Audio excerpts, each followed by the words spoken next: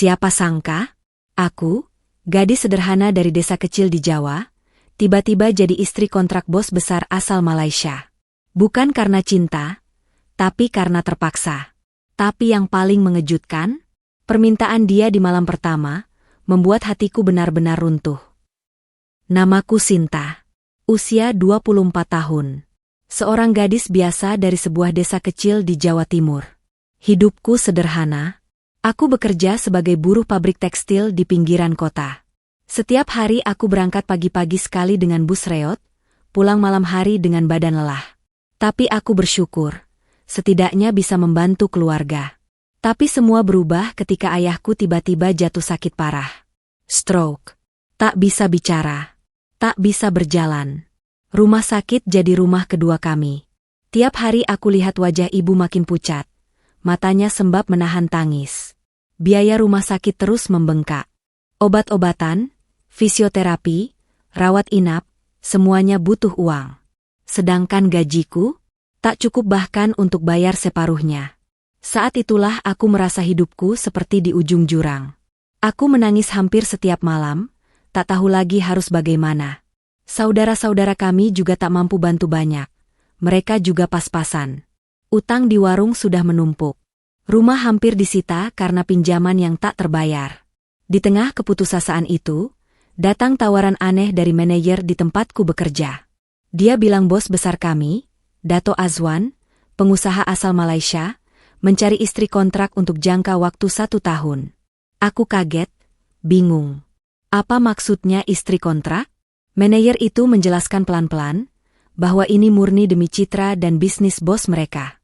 Aku tak harus benar-benar jadi istri dalam arti yang sesungguhnya, hanya formalitas di mata keluarganya dan dunia bisnis. Sebagai gantinya, aku akan diberi uang lebih dari cukup untuk melunasi semua utang keluarga, membayar pengobatan ayahku, dan menata hidup kami kembali. Jumlahnya bahkan tak pernah aku bayangkan sebelumnya. Malam itu aku terdiam di mushola kecil rumah kami. Kupandangi wajah ayahku yang terbaring lemah. Kupandangi ibu yang tertidur di kursi dengan mata sembab. Hatiku remuk. Aku tahu, ini pilihan yang tak pernah aku inginkan. Tapi aku juga tahu, aku tak boleh egois.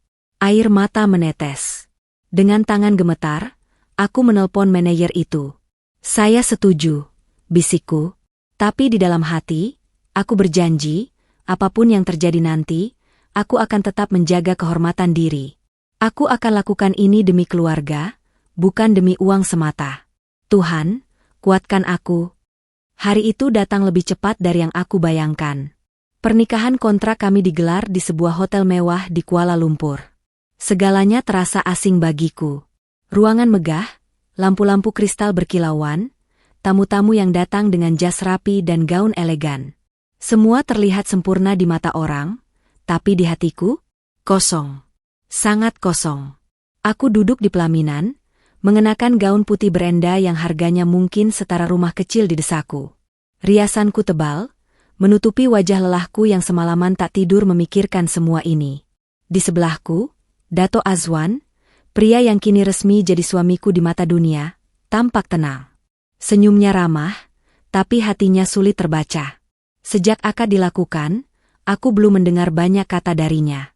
Para tamu bertepuk tangan, mengucapkan selamat. Mereka memandang kami seperti pasangan sempurna. Padahal hanya kami berdua yang tahu, ini semua hanya sandiwara. Hanya aku dan dia yang tahu, di balik cincin yang kini melingkar di jariku, ada kontrak berdurasi 1 tahun yang mengikat. Ibu dan adik-adikku hadir dalam pesta itu, tersenyum haru, tak tahu seperti apa isi hatiku. Mereka mengira aku bahagia, mendapat suami kaya dan dermawan. Mereka tak tahu, ini semua aku lakukan demi mereka. Setiap kali mata kami bertemu di pelaminan, aku hanya bisa menahan air mata yang nyaris jatuh. Saat prosesi foto bersama, aku rasakan genggaman tangan Dato Azwan. Lembut, sopan, tak menuntut. Seolah ingin berkata, aku tak akan menyakitimu. Tapi hati ini tetap tak tenang. Bagaimana aku bisa menjalani hari-hari ke depan? Bagaimana aku bisa berpura-pura menjadi istri sejati? Malam itu, selepas resepsi, kami dibawa ke kamar pengantin. Ruangannya luas, penuh bunga, harum wangi melati. Aku duduk di pinggir ranjang, memandang sekeliling dengan hati gelisah. Ini kamar yang semestinya jadi saksi malam pertama suami istri. Tapi aku hanya ingin menangis. Kupandangi cermin besar di depanku. Siapa perempuan ini? Bukan Sinta yang dulu aku kenal. Ini Sinta yang terpaksa memilih jalan sulit demi keluarganya. Saat Dato Azwan masuk ke kamar, aku menarik nafas dalam-dalam, bersiap menghadapi apapun yang akan terjadi. Tapi entah kenapa, langkahnya pelan, tak ada aura menuntut. Dia duduk di sofa, menatapku dengan tatapan yang sulit aku artikan. Di sanalah, aku sadar, malam pertama kami bukan seperti yang aku bayangkan. Kamar pengantin malam itu terasa sunyi, hanya suara pendingin ruangan yang terdengar. Aku duduk kaku di pinggir ranjang, tangan gemetar menahan gugup. Bayangan tentang apa yang akan terjadi membuat dadaku sesak. Aku menunduk, tak berani menatap Dato Azwan yang kini duduk di sofa, jaraknya cukup jauh dariku. Dalam hatiku, aku berdoa, Tuhan, lindungi aku malam ini. Jangan biarkan aku kehilangan harga diri hanya karena kontrak ini. Tubuhku terasa kaku, seolah seluruh energiku habis untuk menahan rasa takut. Tiba-tiba, Dato Azwan membuka suara. Suaranya lembut, pelan, tapi tegas. Sinta, aku tahu kamu pasti cemas. Aku minta maaf kalau semua ini memberatkanmu. Tapi aku hanya ingin satu hal malam ini, temani aku bicara. Tidak lebih. Aku mendongak pelan, menatapnya dengan mata membelalak. Jujur, aku tidak percaya dengan apa yang baru kudengar. Aku sudah menyiapkan mental untuk menghadapi kemungkinan terburuk. Tapi dia hanya ingin ditemani bicara. Dia menghela napas panjang, seolah melepaskan beban yang sudah lama dia simpan. Kamu boleh duduk di sini kalau mau. Aku cuma ingin dengar suara kamu. Aku sudah terlalu lama kesepian. Aku melangkah pelan, duduk di kursi di seberang sofanya. Rasanya aneh. Malam pertama yang seharusnya penuh gengsi, hasrat, justru diisi percakapan dua orang asing yang mencoba saling mengerti. Dia mulai bertanya tentang diriku, tentang keluargaku, tentang masa kecilku, tentang cita-citaku. Awalnya aku gugup menjawab, tapi makin lama, aku mulai merasa nyaman. Caranya mendengarkan, caranya menatap penuh perhatian, membuatku lupa bahwa aku sedang berbicara dengan orang yang baru saja resmi jadi suamiku di atas kertas. Kami bicara panjang lebar. Tentang masa kecilnya di kampung nelayan di Penang. Tentang perjalanannya membangun usaha dari nol, tentang kegagalannya dalam cinta, tentang sepi yang diam-diam membunuhnya dari dalam. Dan malam itu, tanpa sadar, aku mulai menatap dia bukan sebagai bos, bukan sebagai pria asing, tapi sebagai manusia yang juga punya luka. Jam dinding menunjukkan pukul 3 pagi saat kami baru menyadari betapa larutnya waktu. Dato Azwan tersenyum kecil. Terima kasih, Sinta. Ini malam pertama yang paling damai bagiku, ucapnya. Aku hanya mengangguk, menahan haru. Di sudut hatiku, aku mulai menyadari, mungkin Tuhan memang punya rencana lain lewat pernikahan kontrak ini. Hari-hari setelah malam pertama itu berjalan sangat berbeda dari yang aku bayangkan. Dato Azwan, dia benar-benar lelaki yang tak pernah aku duga. Setiap pagi, dia menyapaku dengan sopan. Setiap malam, dia pulang dengan wajah lelah tapi selalu sempat bertanya, Sinta, kamu sudah makan? Atau, bagaimana kabar ayahmu hari ini? Kami tinggal di rumah besar yang sepi. Pelayan-pelayan di rumah itu memanggilku Puan Sinta, tapi aku merasa bukan siapa-siapa. Aku hanya istri kontrak. Tiap langkahku di rumah itu seperti mengingatkanku pada batas yang tak boleh aku langgar. Dato Azwan sangat menjaga jarak. Dia tak pernah masuk kamarku tanpa izin. Tak pernah sekalipun menyentuhku tanpa alasan. Awalnya aku lega, tapi lama-lama aku justru dihantui rasa aneh. Mengapa dia begini? Apa yang sebenarnya dia sembunyikan? Bulan-bulan berlalu. Aku mulai mengamati dia lebih dalam. Dato Azwan ternyata pria yang sangat tertutup. Saat ada keluarga atau relasi bisnis yang datang, dia memanggilku mendampinginya. Di depan mereka, kami tampil sebagai pasangan harmonis. Tangannya merangkulku hangat, senyumnya seolah penuh cinta. Tapi begitu tamu pergi, dia kembali menjaga jarak. Di kamar kerjanya, aku sering melihat dia termenung menatap foto seorang wanita. Wajah wanita itu cantik, bersih, penuh wibawa. Aku tak tahu siapa dia, dan aku terlalu takut untuk bertanya. Setiap kali aku melihat itu, hatiku makin gelisah. Ada malam-malam ketika aku ingin menanyakan semuanya, ingin menerobos batas ini. Tapi mulutku terkunci. Aku hanya istri kontrak. Aku tak punya hak bertanya. Sementara itu, di hati kecilku, benih rasa yang tak seharusnya mulai tumbuh. Perhatian kecilnya, kebaikannya pada keluargaku, caranya memandangku dengan hangat, semua itu membuatku perlahan goyah. Aku sering diam-diam menangis di kamar. Aku takut. Takut hatiku berharap pada sesuatu yang semu. Takut jatuh pada cinta yang tak punya tempat. Kadang aku berbisik pada bayangan di cermin. Sinta, jangan bodoh. Ini cuma kontrak. 1 tahun. Setelah itu selesai. Tapi mengapa hati ini menolak dengar?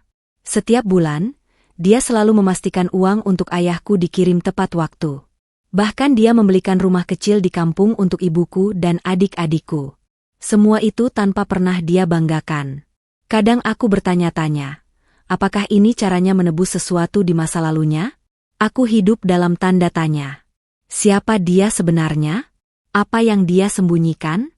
Dan mengapa aku mulai merasa kehilangan jika sehari saja aku tak melihatnya? Hari-hari bersama Dato' Azwan perlahan mengubah perasaanku. Aku yang awalnya hanya ingin menunaikan kewajiban kontrak ini tanpa melibatkan hati, mulai goyah. Setiap senyum kecilnya, setiap perhatian tulusnya, seperti meruntuhkan benteng yang aku bangun di awal. Aku ingat suatu pagi, saat aku terserang demam. Aku kira dia akan tetap berangkat kerja seperti biasa, tapi ternyata tidak. Dia membatalkan semua jadwalnya, duduk di sampingku, menggenggam tanganku dengan hangat, menatapku penuh khawatir. Dia sendiri yang menyuapiku bubur, menyiapkan teh hangat. Sinta, jangan terlalu memikirkan semua ini sendirian.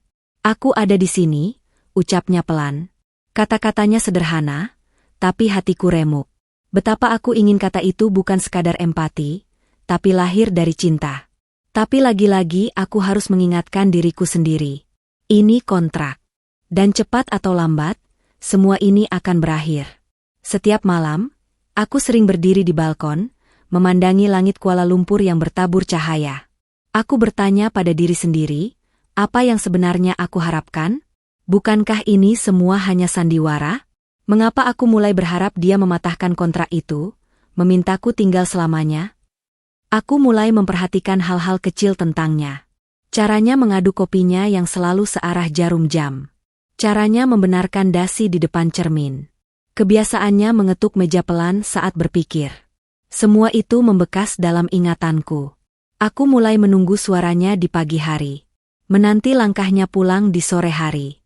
Dan setiap kali dia tersenyum padaku, hatiku berdesir. Tapi aku juga menyadari, dia masih menyimpan jarak. Tatapan matanya yang dalam itu sering terlihat sendu, seolah ada dinding yang tak bisa aku lewati.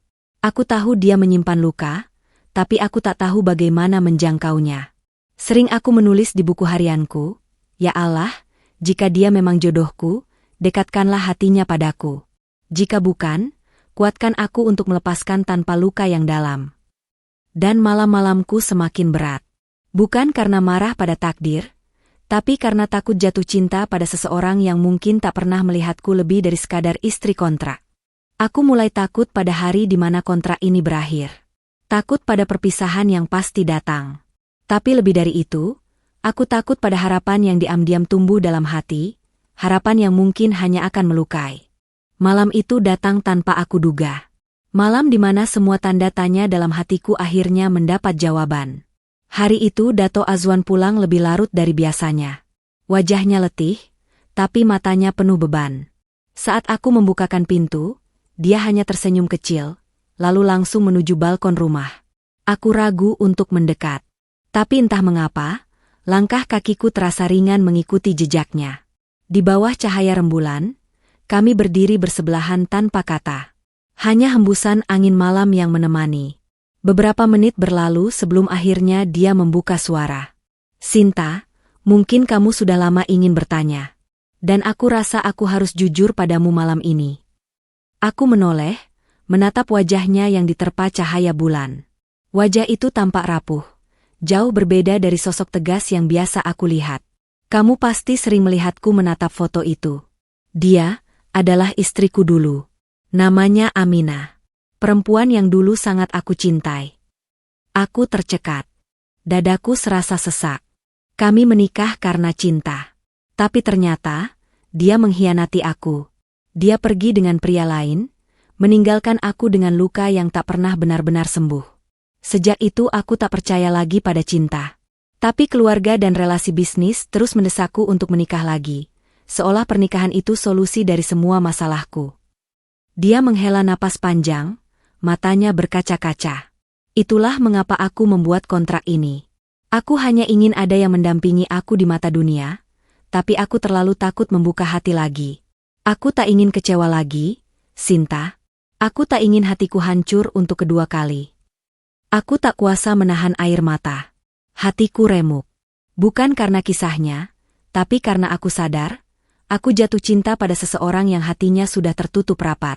Aku hanya mampu berkata lirih, kenapa memilih aku, Dato? Dia menatapku, tersenyum sendu. Karena kamu berbeda. Kamu tulus. Bahkan saat menerima kontrak ini, kamu tak pernah menuntut. Kamu kuat. Tapi aku tahu, aku tak boleh seret kamu masuk ke luka ini lebih dalam. Malam itu, kami duduk berdua di balkon. Saling diam, saling terluka dengan cara yang berbeda. Aku terluka karena mencintai dalam diam. Dia terluka karena cinta yang gagal di masa lalu. Dan sejak malam itu, aku makin sadar, kontrak ini bukan hanya sekadar kertas. Ini tembok tinggi yang memisahkan kami. Waktu seolah berlari. Tanpa terasa, 1 tahun berlalu sejak akad itu terucap. 1 tahun penuh cerita, tawa, diam-diam tangis, dan perasaan yang tak pernah sempat aku ungkapkan sepenuhnya. Dan kini, hari itu tiba, hari di mana kontrak kami berakhir. Aku duduk di ruang tamu rumah besar itu, dengan tangan menggenggam lembaran surat yang menandai akhir perjanjian kami. Hatiku berat, sangat berat. Rasanya seperti ada bagian dari diriku yang akan hilang. Dato Azwan duduk di seberangku. Wajahnya tenang, tapi aku tahu, hatinya pasti tak sedamai wajah itu. Dia membaca surat itu sekali lagi, lalu menatapku. Senyumnya penuh arti, namun tak mampu menyembunyikan kesedihan di balik matanya. Sinta, terima kasih. Terima kasih sudah mau menemani aku selama setahun ini. Kamu lebih dari sekadar istri kontrak. Kamu penyembuh hatiku. Tanpamu, aku mungkin tak akan pernah bisa berdamai dengan masa lalu. Air mata menetes di pipiku. Aku ingin berkata banyak hal. Ingin bilang kalau aku tak ingin pergi, kalau aku ingin terus ada di sisinya, bukan sebagai istri kontrak, tapi sebagai istri yang sungguh mencintai. Tapi lidahku keluh. Aku takut jika aku mengungkapkan, justru aku akan kehilangan harga diri. Lalu dia mendekat, menggenggam tanganku erat. Kalau kamu mau, kita mulai dari awal. Bukan karena kontrak. Bukan karena paksaan siapapun. Tapi karena aku ingin. Karena aku butuh kamu. Karena aku sayang kamu. Hatiku bergetar. Kata-kata yang selama ini aku tunggu akhirnya terucap. Rasanya seperti mimpi. Aku menangis. Bukan lagi karena sedih, tapi karena lega. Aku mengangguk pelan. Aku juga sudah lama jatuh hati padamu, Dato. Tapi aku takut berharap. Dia tersenyum. Untuk pertama kalinya, aku melihat senyum yang benar-benar tulus, tanpa beban, tanpa topeng. Hari itu kami menandatangani surat akhir kontrak, tapi juga membuka lembar baru kehidupan kami. Bukan lagi sandiwara, bukan lagi formalitas. Tapi kisah cinta dua hati yang sama-sama pernah terluka, dan akhirnya saling menyembuhkan. Pesanku untuk kalian yang mendengar ceritaku, jangan pernah menganggap sebuah pertemuan sebagai kebetulan. Kadang, jalan hidup yang tampak aneh, yang awalnya penuh keterpaksaan, justru jadi jalan Tuhan untuk mempertemukan kita dengan orang yang benar-benar kita butuhkan. Cinta sejati bukan soal seberapa lama kita mengenal seseorang, tapi seberapa dalam kita mau saling mengerti, saling menyembuhkan, dan saling tulus tanpa pamrih. Dan aku bersyukur, Tuhan mempertemukanku dengan dia melalui jalan yang tak biasa.